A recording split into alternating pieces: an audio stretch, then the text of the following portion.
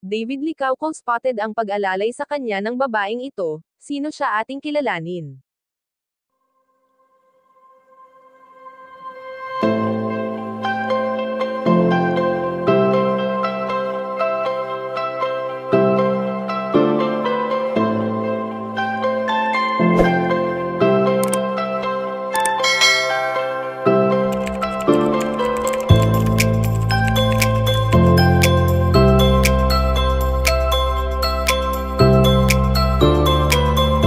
Alam naman natin kung gaano ka-busy ngayon ang binatang si David Licauco sa kanyang mga trabaho at isa pa nga sa dahilan ng kanyang pagiging busy ay ang malimit niyang pag-intindi sa kanyang kabubukas lamang na negosyo.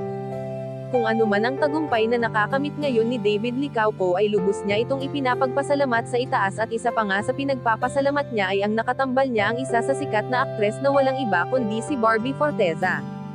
Sa angking kagandahan at kabutihan ng dalaga ay talaga namang napamahal na ito sa binata, lalo na sa tuwing ipinaparamdam nito sa kanya ang sweetness na minsan na rin nating nakikita sa kanila.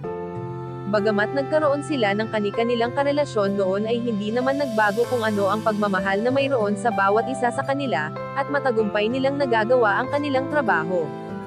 Subalit sa ngayon nga ay ayon sa aming impormasyon na nakalap na spotted si David Licauco na inaalalayan ng babaeng ito at ito ay walang iba kundi ang kanyang mommy na palaging nakasuporta sa kanya. Kung ating mapapansin na may pagkakahawig ang mommy ni Ginoo kay Binibini Barbie Forteza, kaya naman naging madali para kay David Licauco ang makasama ang dalaga dahil sa kaparehong-kapareho nito ang kanyang mommy lalo na sa kasuotan nito. Kayo mga ka-chika, anong masasabi nyo dito? Please leave the comment and don't forget to subscribe.